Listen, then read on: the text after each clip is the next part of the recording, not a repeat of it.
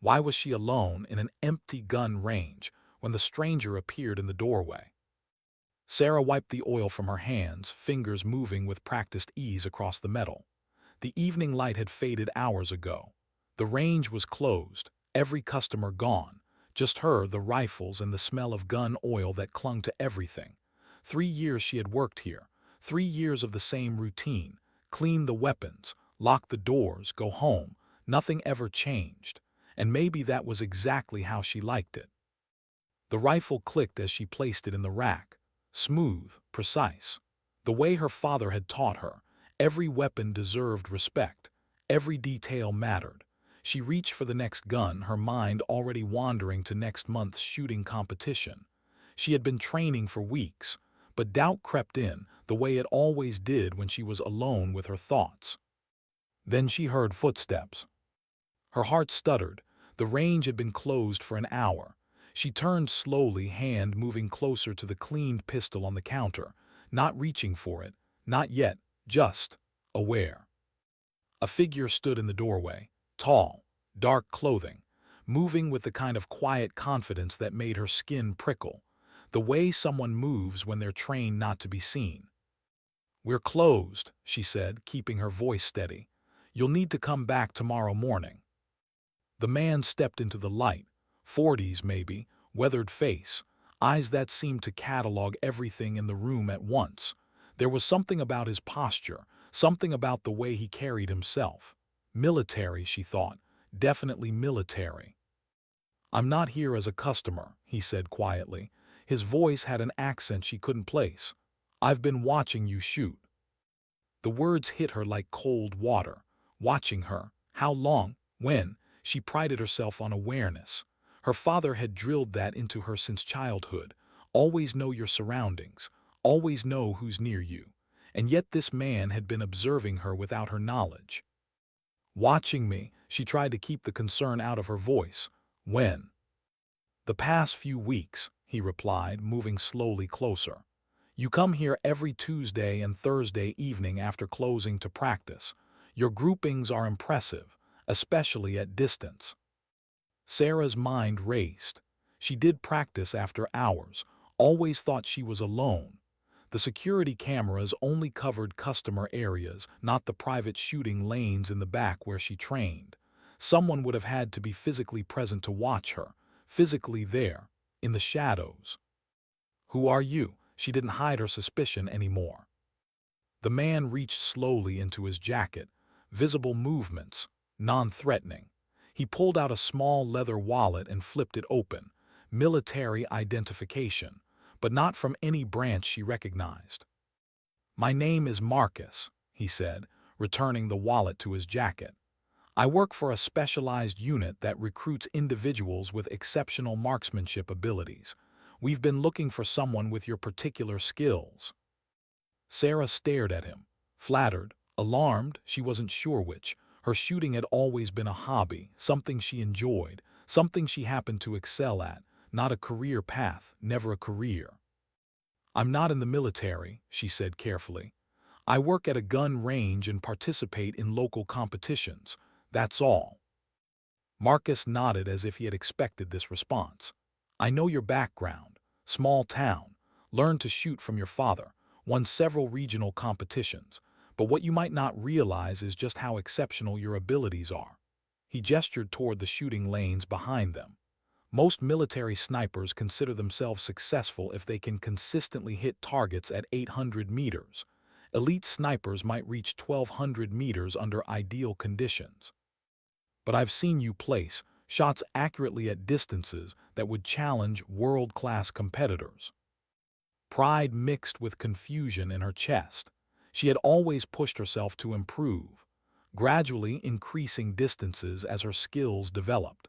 But she had never thought of her shooting in military terms, never compared herself to professional snipers. "What exactly are you asking me?" she said. Marcus was quiet for a moment, studying her face, trying to gauge her reaction to whatever he was about to say. The silence stretched between them, filled only by distant traffic and the hum of fluorescent lights overhead. "I'm asking if you think you could hit a target at 4,000 meters," he said finally. Sarah's breath caught. 4,000 meters. That was an almost unimaginable distance for a sniper shot, more than 2 miles. A distance where factors like wind, temperature, even the rotation of the Earth would affect the trajectory of a bullet. She had read about record-setting shots at such distances. Legendary achievements by the world's most skilled marksmen using the most advanced equipment available. "That's impossible," she said automatically. "Is it?" Marcus asked. "Or is it just something you've never had the right equipment and training to attempt?" Sarah looked down at the rifle in her hands, then back at the mysterious man who had appeared in her quiet workplace with an offer that seemed to belong in a movie rather than real life. Her evening of routine cleaning had just taken a turn that would change everything. The question hung in the air between them, waiting for an answer that would determine the direction of her future. But there was something she hadn't told him, not yet. She set down the rifle and faced Marcus directly. The weight of his question still hung between them, but she found herself curious rather than afraid. 4,000 meters seemed impossible, yet something in his confident manner suggested he wasn't asking randomly. "Even if such a shot were possible," she said slowly, "why would you think I could make it? I've never attempted anything close to that distance." Marcus walked over to the window that overlooked the main shooting range. The lane stretched out into the darkness, marked at regular intervals up to 500 meters. Beyond that, the land dropped away into a valley that extended for miles. "Tell me about your longest successful shot," Marcus said without turning around. Sarah hesitated. She had never officially measured her longest shots. Some of her practice sessions had been conducted in locations where precise measurement was difficult, but she remembered the day clearly. "About 1,800 meters," she admitted. "There's a rock formation in the hills behind my father's property. I was using his hunting rifle with a scope I had modified myself." Marcus turned back to her with interest. "Modified how?" "I rebuilt the scope's internal mechanisms and recalibrated the graduations based on extensive ballistic calculations. The original scope was accurate, but not precise enough for extreme distances. I also adjusted the rifle's trigger mechanism and free-floated the barrel to reduce vibration."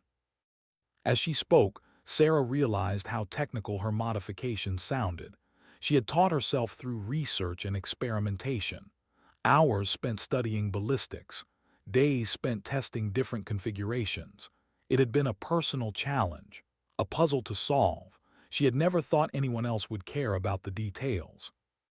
"You understand advanced ballistics," Marcus said. It wasn't a question. "That's rare even among trained military snipers.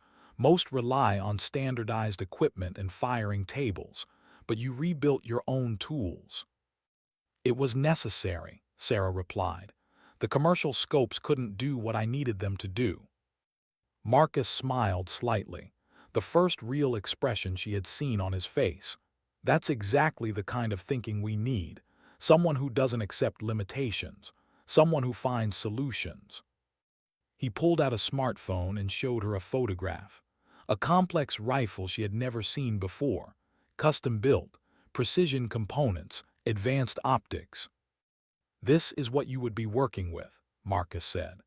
"The most advanced long-range precision rifle system in existence, developed specifically for extreme-distance engagements. Combined with training from the best instructors in the world, someone with your natural abilities and technical understanding could achieve shots that most people believe are impossible." Sarah studied the photograph. The rifle was beautiful in its complexity, every component designed for a singular purpose. Maximum accuracy at maximum distance. Part of her wanted to touch it, to understand how it worked, to see what she could do with something like that. But another part of her felt afraid. This wasn't about shooting competitions anymore. This wasn't about personal achievement. Marcus was talking about military operations, real missions, real consequences. "What would I be shooting at?" she asked quietly. 4,000 meters away." Marcus put away his phone. His expression became serious. Targets that conventional forces can't reach. People who pose threats to civilian populations. Individuals who operate beyond the reach of normal law enforcement or military action. The kind of situations where precision from extreme distance is the only option that doesn't risk hundreds of lives. The weight of his words settled over Sarah like a heavy coat.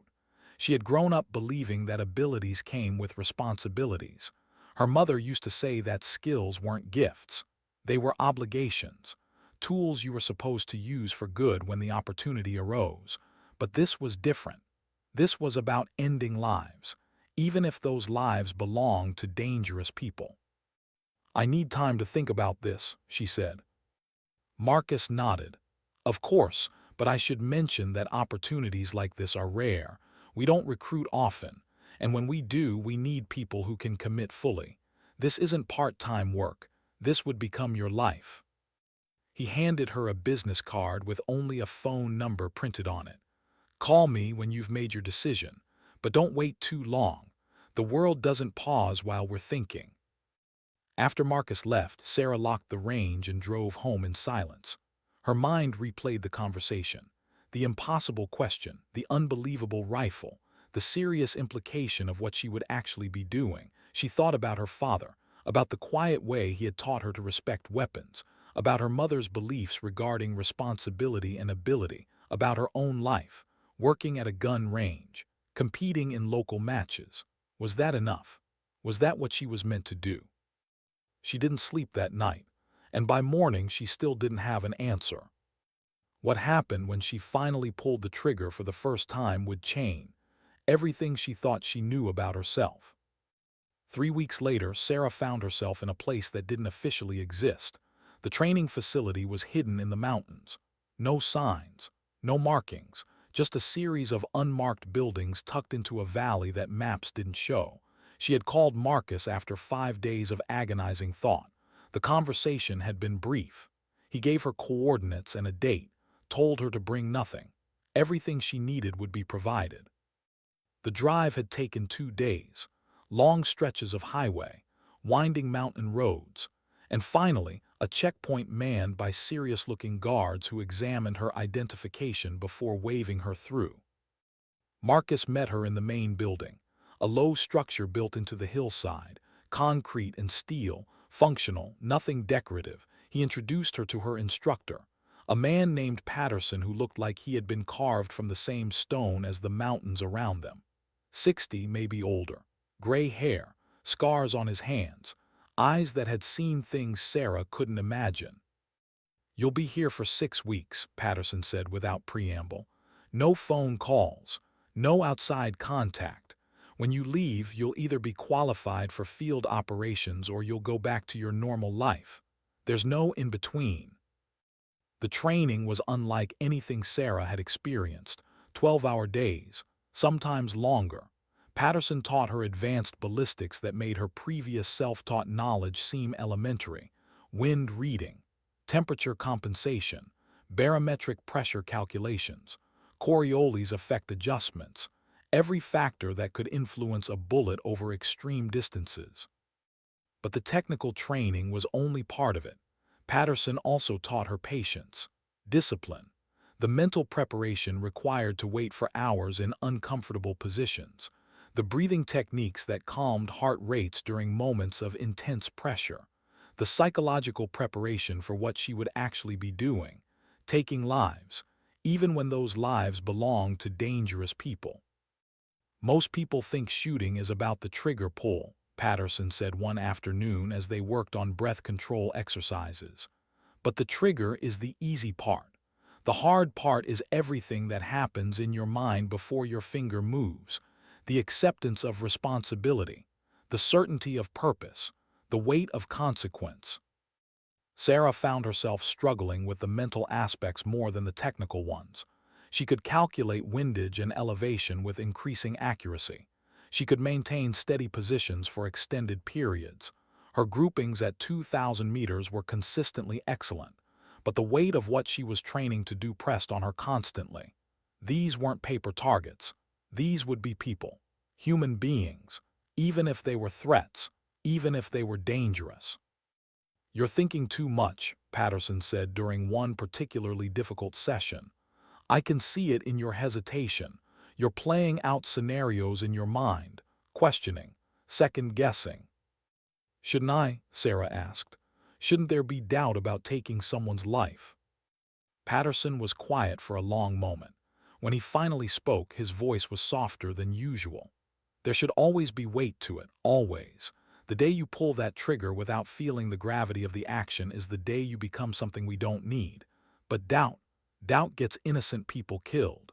When you're on that shot, when you're looking through that scope, you need to have already worked through your doubts. You need to be certain, because hesitation at the wrong moment means the mission fails. And mission failure in our line of work means people die, usually a lot of people." Sarah absorbed his words, tried to internalize the distinction between doubt and weight, between hesitation and conscience. It was a fine line, thinner than a bullet's trajectory. By the fourth week, she was attempting shots at distances she had never imagined. 3,000 meters, 3,500. The targets were small, often moving. The environmental factors were deliberately challenging. Patterson created scenarios that tested not just her shooting ability but her decision-making under pressure. "Real operations aren't clean," he explained. "You won't have perfect conditions. You won't have unlimited time. You'll have wind gusts, equipment malfunctions, intelligence that turns out to be wrong. Your ability to adapt and make correct decisions under chaos is just as important as your ability to hit the target." One morning during the fifth week, Marcus returned to the facility. He observed Sarah's training session from a distance, watched her make adjustments for a crosswind, saw her take a breath, hold it, and squeeze the trigger. The target fell at 3,200 meters.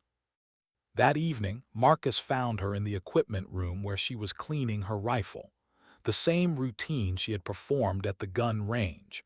The familiar motions that helped her think. "Patterson says you're ready," Marcus said. Sarah looked up from her work. "Am I?" "Technically, yes. You've exceeded every qualification standard. Your accuracy is exceptional. Your decision-making is sound.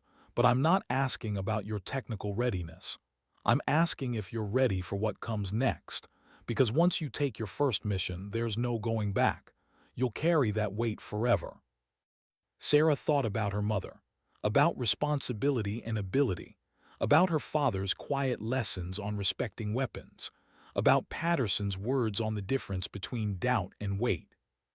"I'm ready," she said, and for the first time since arriving at the facility, she believed it.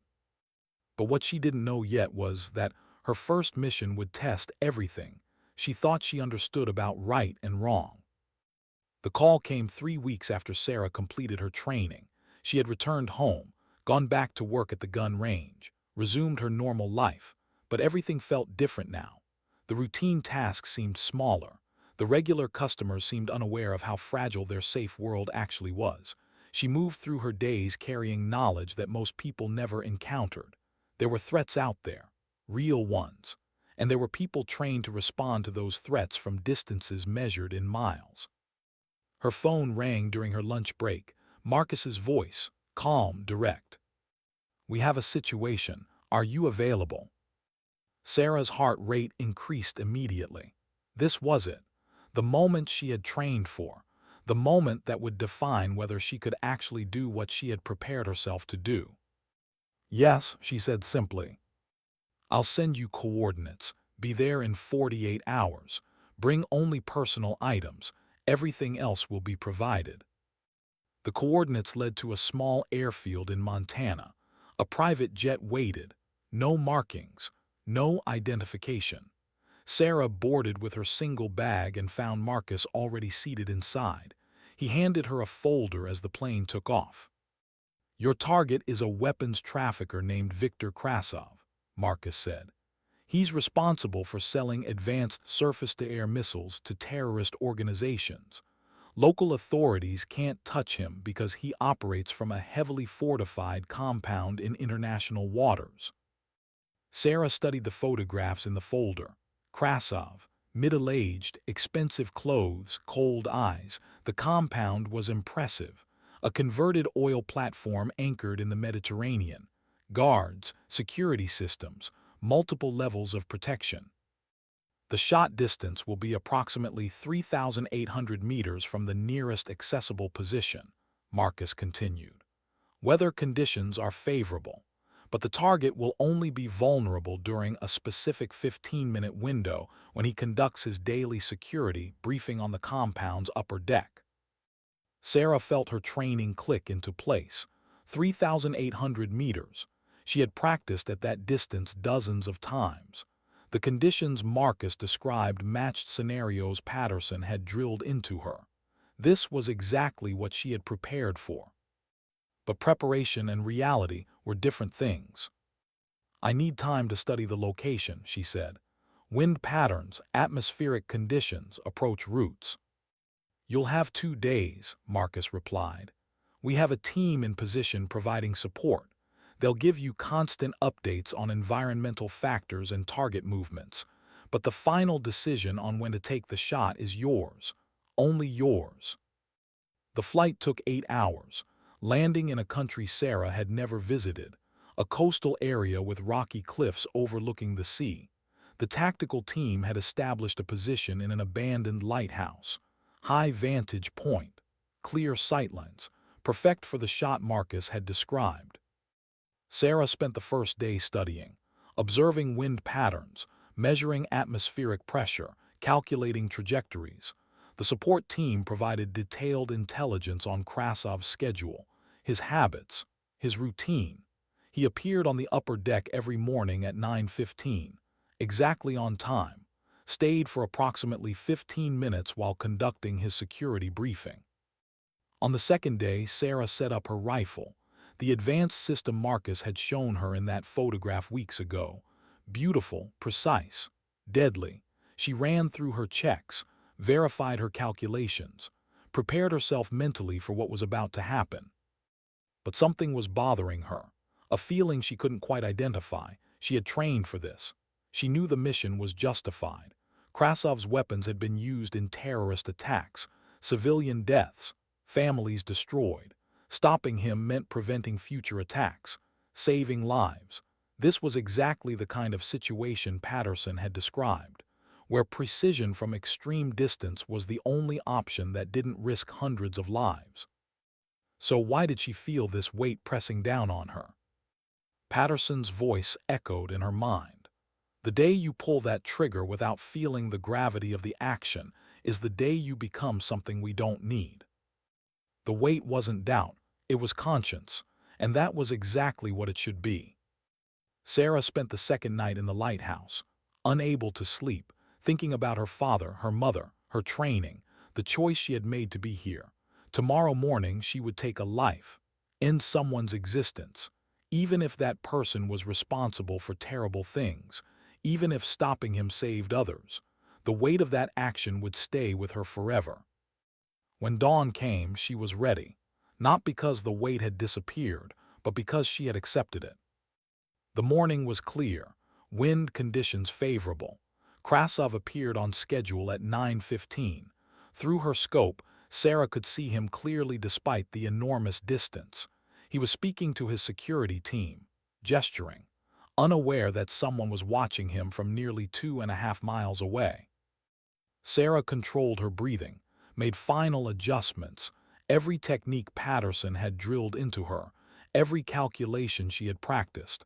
This was the moment. Everything came down to this. Her finger moved to the trigger, steady pressure, no hesitation. She knew what had to be done.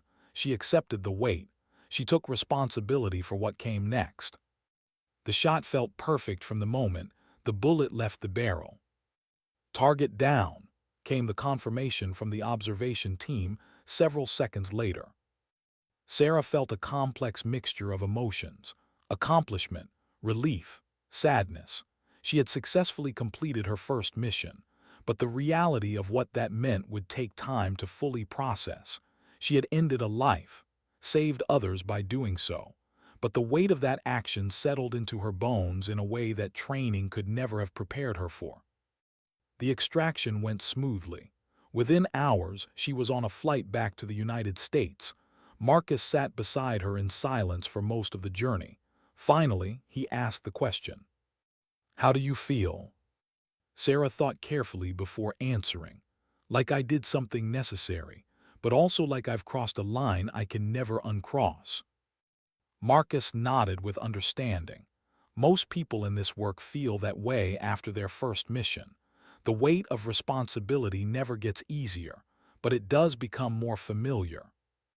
What Sarah didn't tell him was that she had already decided something during that long night in the lighthouse before the shot. She would continue this work. She would accept the missions. She would carry the weight, but she would never let it become easy. The day she pulled that trigger without feeling the gravity of the action would be the day she walked away. Because that conscience, that weight, that awareness of what she was doing, that was what separated necessary action from something darker. She returned to the gun range, resumed her normal life, but carried with her the knowledge of what she was capable of, what she had done, what she would likely be called to do again. And 6 months later, when another young woman walked into the range asking about extreme distance shooting, Sarah recognized something in her eyes, the same hunger for excellence, the same potential, the same question that would determine whether she too could handle the weight of impossible shots. How do you know when someone is ready to carry the burden of being exceptional? Sarah wiped down the rifle she had just finished cleaning. 6 months had passed since her first mission. 3 more calls had come since then. 3 more impossible shots. 3 more names she would carry forever. The gun range routine continued. Customers came and went. Her boss never suspected that his employee disappeared occasionally to save lives from distances most people couldn't imagine. The young woman who had approached her earlier that evening stood near the counter, nervous energy, determination in her posture. She had introduced herself as Maya, 26 years old, military background, honorable discharge after serving 4 years as an infantry soldier. Now she was looking for something more, something that would challenge her in ways conventional military service hadn't. "What kind of distances are you interested in shooting?" Sarah asked, echoing the question Marcus had posed to her months earlier. Maya hesitated, as if unsure whether her answer would sound realistic. "I've read about shots at extreme ranges, distances that seem almost impossible. I want to know if I could ever be capable of something like that." Sarah smiled. She remembered her own disbelief when Marcus had first asked about 4,000-meter shots, remembered thinking it was impossible, remembered learning that impossible was just another word for not yet attempted. She finished cleaning the rifle and set it aside, gave Maya her full attention. "Tell me about your shooting background," Sarah said. Maya explained that she had qualified as an expert marksman in the military, had always been the best shooter in her unit. After leaving service, she had competed in several civilian long-range competitions, placed well, but felt like there was something more she could achieve, something beyond competitions and personal bests. "I see people setting records at 1,500 meters, 2,000 meters, Maya said, and I wonder what the actual limit is, not just for equipment but for human capability. How far can someone really shoot accurately?" Sarah recognized the hunger in Maya's voice, the same drive that had led her to modify her own scopes, to push beyond conventional distances, to accept Marcus's offer even when it seemed insane. "What's your longest successful shot?" Sarah asked. 1,200 meters, Maya replied. "At a competition last year, but I felt like I could have gone farther, like the limitation wasn't me, it was the equipment and environment." Sarah studied Maya carefully. Technical competence was important, but this work required something more, something deeper, the mental strength to carry weight that most people never experienced, the conscience to feel the gravity of actions while still taking them, the discipline to never let it become easy. "Can I ask you something personal?" Sarah said. Maya nodded. "Why do you want to push beyond normal shooting? What's driving you to seek extreme distances? The question seemed to catch Maya off guard. She thought for several moments before answering. When I was deployed overseas, Maya said quietly, we had situations where we couldn't help people who needed it. We'd get intelligence about threats, about bad actors doing terrible things, but we couldn't reach them. Conventional operations were too risky, too many variables, too much collateral damage potential, and people died while we stood by helpless. She met Sarah's eyes directly. I want to be someone who can reach the unreachable, who can make a difference when conventional options aren't available. Does that sound naive? No, Sarah said. It sounds like you understand what this work is actually about. She made a decision then, pulled out her phone and sent a message to Marcus. Brief, direct, found someone you should meet. The reply came 2 minutes later. Bring her to the usual place tomorrow, 10 a.m. Sarah looked up at Maya. I know someone who might be interested in your skills, someone who works with people who want to push beyond conventional limits. Are you available tomorrow morning? Maya's eyes widened slightly. Yes, absolutely. Be here at 9. We'll drive together. And Maya, whatever you think this is about, it's bigger than that, more serious, more permanent.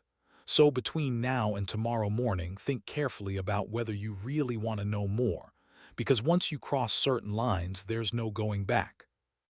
That night, Sarah sat on her porch looking out over the hills where she had first tested her long-range abilities. The same hills her father had taken her hunting as a child. The same land where she had learned to respect weapons, to understand the weight of taking life, even animal life.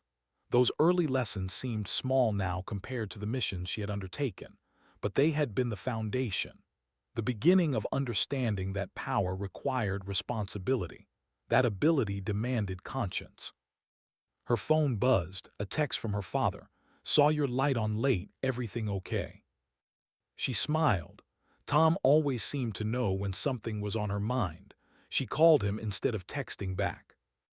I met someone today, Sarah said when he answered. Someone who reminds me of myself before Marcus showed up. Her father was quiet for a moment. Are you going to help her down the same path you took? I think so, if she's capable, if she can handle the weight. And if she can't?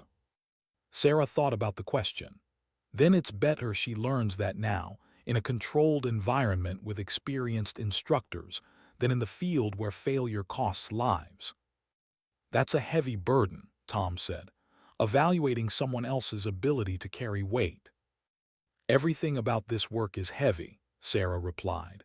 But someone has to do it.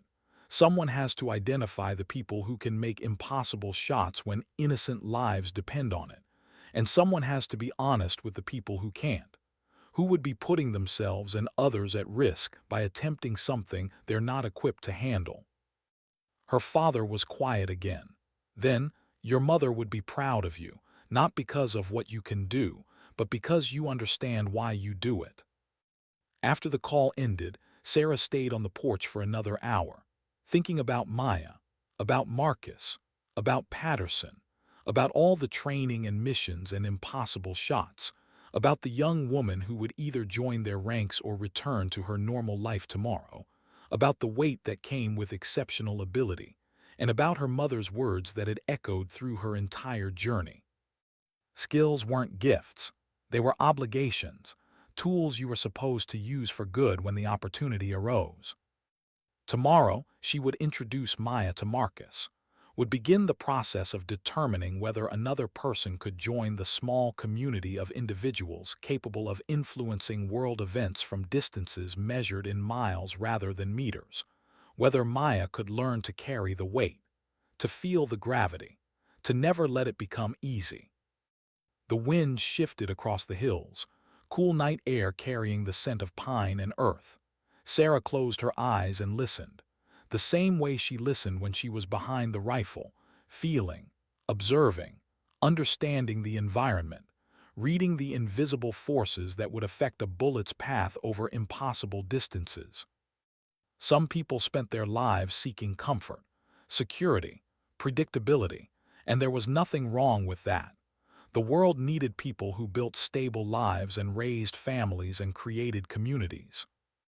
But the world also needed people who could do impossible things, who could reach unreachable targets, who could make decisions that others couldn't make, who could carry weight that would crush most people under its gravity. Sarah had learned she was one of those people. Tomorrow, she would begin the process of finding out if Maya was too. The question wasn't whether extreme distance shots were possible anymore. The question was finding the right people to take them. People who understood that every trigger pull carried weight that never disappeared, that responsibility and consequence were inseparable, that the day you stopped feeling the gravity of your actions was the day you needed to stop doing the work.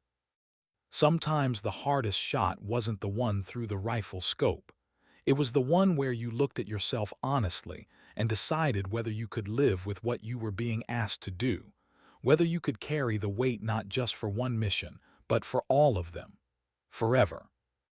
And sometimes the greatest skill wasn't accuracy or calculation or breath control. It was the strength to feel the full weight of what you were doing and still squeeze the trigger when innocent lives depended on it. To never let it become easy. To never forget that the target was a human being, even when stopping them saved others. To carry that complexity without breaking under it. That was what separated the people who could do this work from the people who couldn't. Not technical ability, not even mental toughness, but the capacity to hold opposing truths simultaneously, to know that an action was necessary and still feel the weight of it, to save lives by ending lives and never lose sight of the gravity in that equation. Sarah understood that now, had learned it through missions and training and sleepless nights thinking about the people in her scope. The weight never got lighter, but she had learned to carry it, to walk with it, to continue doing necessary work without letting the burden destroy her conscience or her humanity. Tomorrow, Maya would begin learning whether she could do the same, whether she had not just the skill but the strength, whether she could be exceptional without losing herself in the process, whether she could pull impossible triggers and still sleep at night, not because the weight had disappeared, but because she had learned to carry it. The wind shifted again. Sarah opened her eyes and looked out over the dark hills. Somewhere out there, threats existed that conventional forces couldn't reach. People who operated beyond normal law enforcement. Situations where precision from extreme distance was the only option that didn't risk hundreds of innocent lives. And somewhere out there, people like her trained to respond, to take impossible shots, to carry impossible weight, to do necessary work that most people would never know about, to be exceptional in ways that required sacrifice most couldn't imagine. The work continued, the missions came, the weight remained, and people like Sarah carried it because someone had to, because abilities weren't gifts, they were responsibilities, obligations to use specialized skills when they were needed most. She stood up and went inside. Tomorrow would come early. Maya would arrive. They would drive to meet Marcus, and the process would begin again. Finding the next person capable of impossible precision, the next individual strong enough to feel the weight and still do the work. Because in the end, that was what this was really about. Not the shooting, not the distances, not the technology or training or mission success rates. It was about finding people who understood that true strength wasn't in pulling triggers without feeling. It was in pulling them despite feeling everything, in carrying weight that never lightened, in doing necessary work that left permanent marks, in being exceptional while remaining human. Sometimes dignity doesn't speak. It simply acts. It carries weight in silence. It makes impossible shots when lives depend on it. It feels the gravity of every trigger pull and still finds the strength to take the next one. It recognizes that being capable of something difficult means accepting the obligation to do it when necessary. It understands that the hardest battles aren't fought with bullets but with conscience, with the choice to act despite the weight, to be exceptional despite the cost, to save lives even when doing so requires taking them. And it never, ever stops feeling the difference.